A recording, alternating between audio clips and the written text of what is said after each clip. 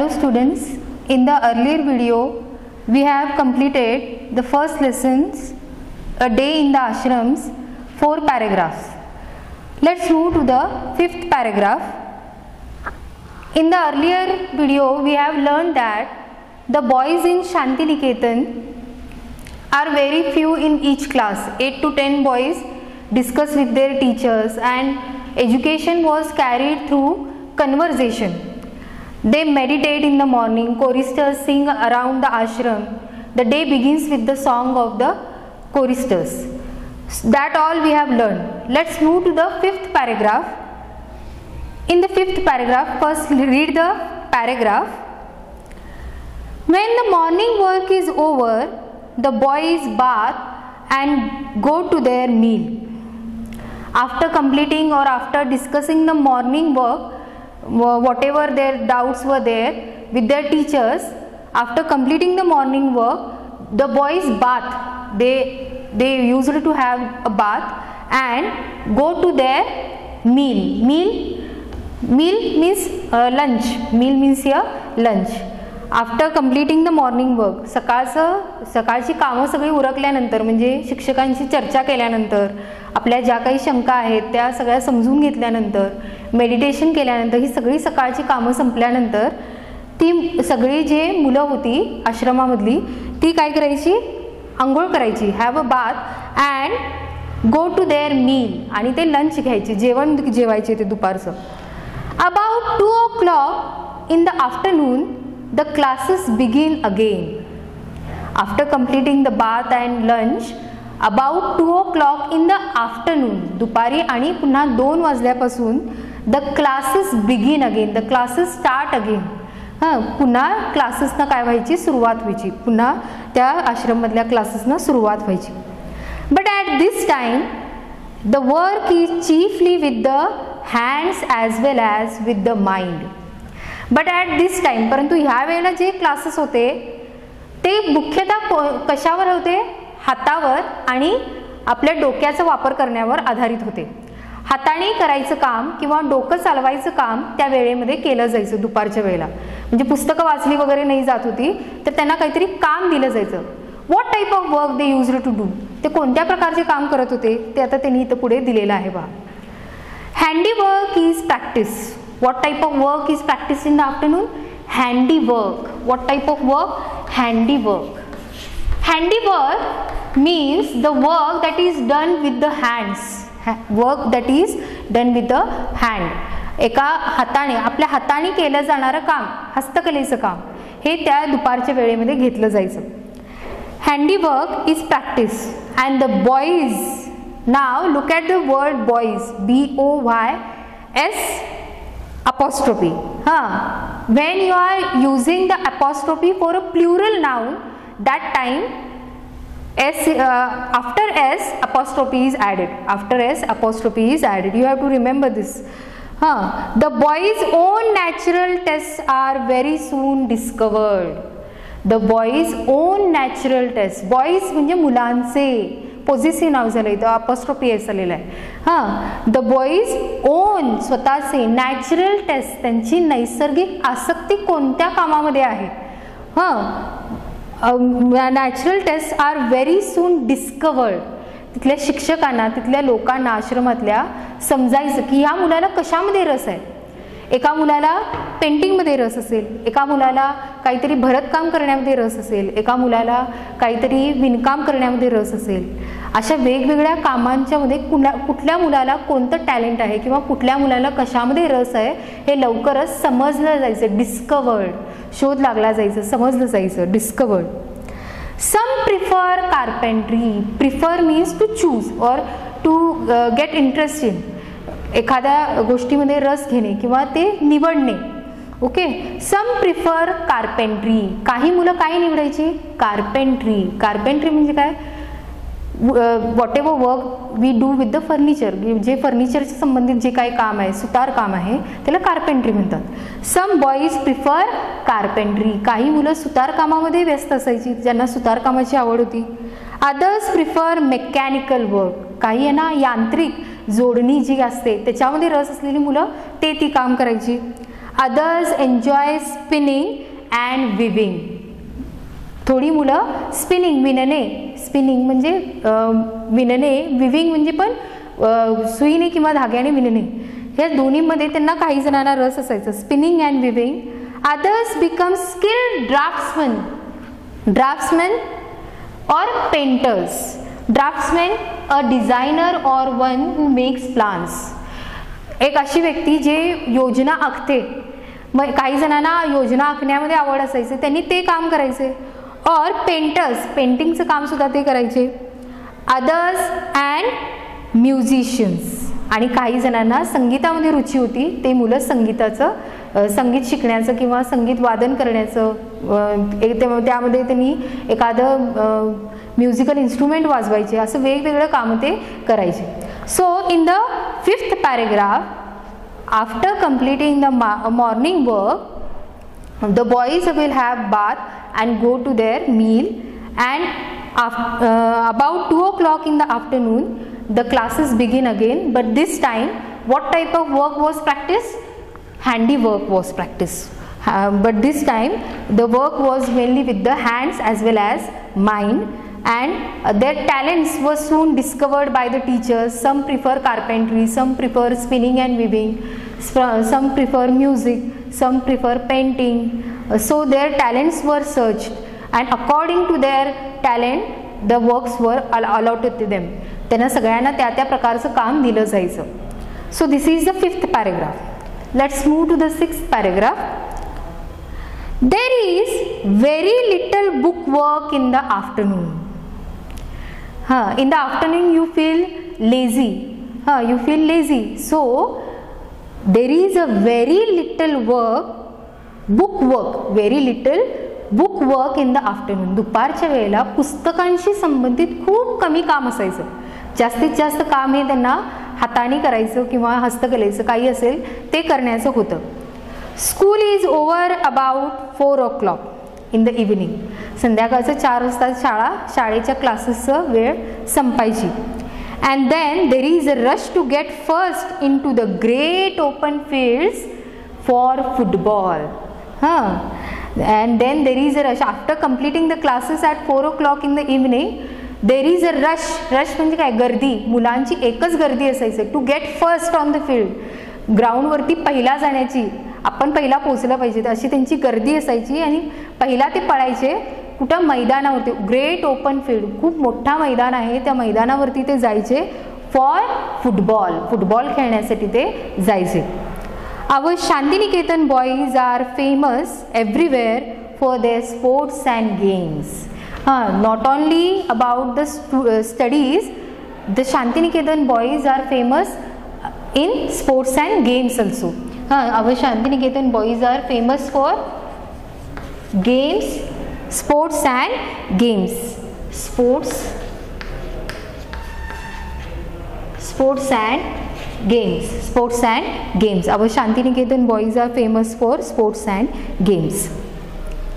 So in the 6th paragraph, very little book work was done in the afternoon, and after completing the classes at 4 o'clock in the evening, the boys rushed to the open field to play football, and Shantiniketan boys are famous for sports and games.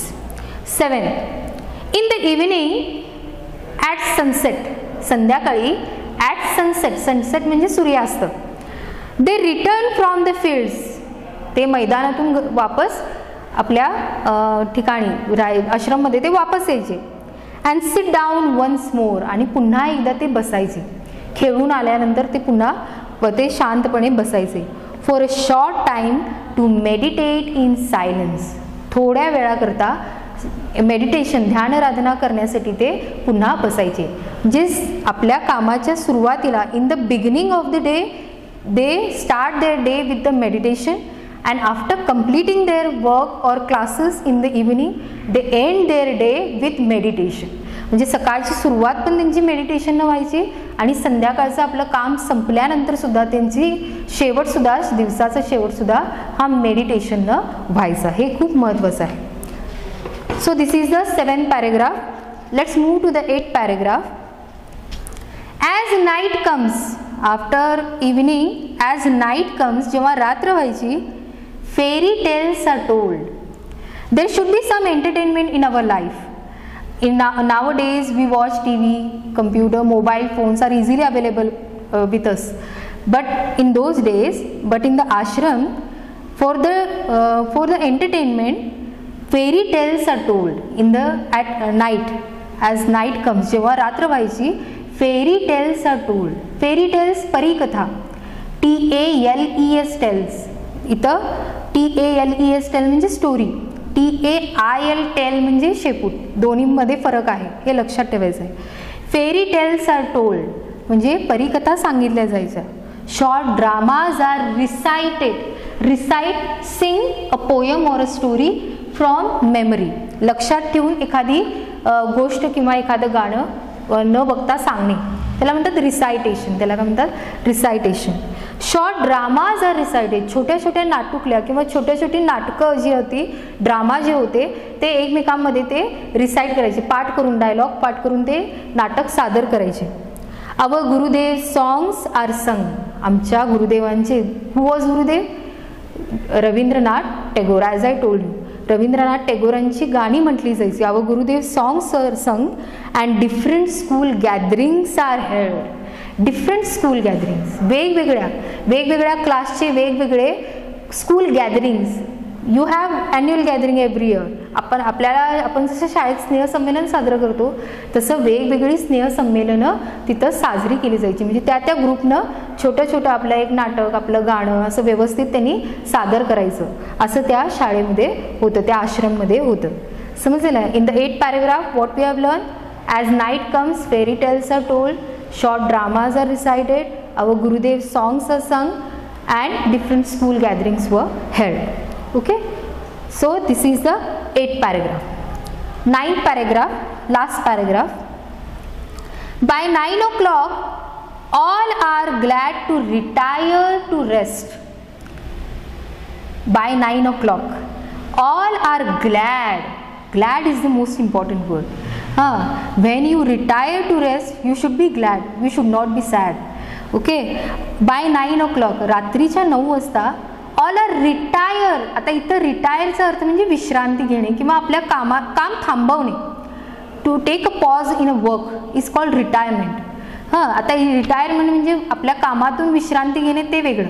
इथं पण कामाची विश्रांती, खरं दिवसभराच्या कामाची विश्रांती. All are glad to retire to rest म्हणजे सगळेजण विश्रांती घेण्यासाठी आनंदाने जायची, झोपायला ते आनंदाने जायचे. तर रिटायर म्हणजे रिटायरमेंट नव्हे, तर ते आपल्या कामातून विश्रांती. And again the choristers go round the ashram singing their last evening hymn. Again the choristers go round the ashram. In the second paragraph we learned that the day begins with the song of the choristers. They go round the ashram singing their morning hymn. At night they once again go round the ashram singing their last evening hymn. रात्रीचं शेवटचं श्लोक म्हणत ते कोरिस्टर जे गायक होते ते आश्रमच्या भोवती फिरायचे. There can be no question as to the happiness of the life of our boys. C.F. Andrews says that there can be no question, there is no doubt related to the happiness of the boys in the ashram. म्हणजे मुलांच्या आनंदाबद्दल काही शंकाच नाही आहे. मुलं निश्चितच काय होती, खूप आनंदी होती. त्यांच्या अभ्यासाच्या बाबतीत, त्यांना मिळालेल्या कामाच्या बाबतीत ते काय होती, खूप आनंदी होती. There can be no question as to the happiness of the life of our boys. Their faces tell the story of their joy and their freedom. Their faces tell the story. There is no need to ask a question, are you happy? Because their faces only tell you that they are happy and they are joyful and they are happy about their freedom. त्यांना जे स्वातंत्र्य मिळत होतं, त्यांना जो आनंद मिळत होता, तो त्यांच्या चेहऱ्यावरतीच दिसत होता. त्यांना काय दुसरा प्रश्न विचारण्याची गरजच नव्हती, असं इथं C.F. अँड्र्यूज म्हणतात. There is no freer life. Freer ER, comparative degree, here ER is added. There is no freer life in India than the life of our children at Shantiniketan. भारतातल्या लोकांशी जर आपण कंपेअर केलं तर ह्यांच्या इतकं स्वातंत्र्य कुठल्याच दुसऱ्या व्यक्तींना नाही आहे किंवा कुठल्याच दुसऱ्या मुलांना नाही आहे. शांतिनिकेतनमधल्या मुलांना जितकं आहे तितकं दुसऱ्या मुलांना भारतामधल्या नाही आहे असं इथं लेखक म्हणत आहेत. अशा प्रकारे हा धडा इथं संपलेला आहे. आपण C1 एक्सरसाइज आधीच्या व्हिडिओमध्ये पूर्ण केलेला आहे. Let's move to the C2 exercise. Comprehension 2. Work in pair, answer the questions and share your responses with your partner. First question, what kind of work do the boys practice in the afternoon? What kind of work do the boys practice in the afternoon? Handiwork. The boys practice handiwork in the afternoon. What are Shantiniketan boys famous for? What are Shantiniketan boys famous for? Second answer is Shantiniketan boys are famous for sports and games. Shantiniketan boys are famous for sports and games. This is the second answer. How do the boys spend their evenings before they go to bed? This answer it's there in the 8th paragraph. You have to write the whole paragraph, whole paragraph. Third answer, as night comes, fairy tales are told, short dramas are recited, our Gurudev songs are sung and different school gatherings are held. हे उत्तर तुम्ही लिहायचं आहे. तिसरं. Fourth, read the second paragraph carefully. What it describes is the greatness of the teacher, the song of the choristers, the lessons taught in the ashram, the silent meditation of the inmates. Its answer is, what does the second paragraph describe? The song of the choristers. B option is the answer. B option is the answer. These C2 exercise you have to complete in your notebook. Write the glossary and whatever comprehension exercises are there, C3, C4, C5, C6, I'll give you the notes. You have to complete it. And vocabulary exercises. In vocabulary exercises, it's very easy. First V1 exercise, you have to write only 2 words, nearer and nearer. They have given you the example of nearer and nearer. You can hear the voices in the distance drawing nearer and nearer. Here near is the main adjective, er is added to it. As I told you for this, in the same way they have given you in the bracket an adjective, you have to add er to it. The first, when you blow air into a balloon, it becomes big ahead. Big is the word given in the bracket. So add er to it, bigger and bigger. But there is a spelling change, B-I-G-G-E-R. B-I-G-G-E-R, bigger and bigger.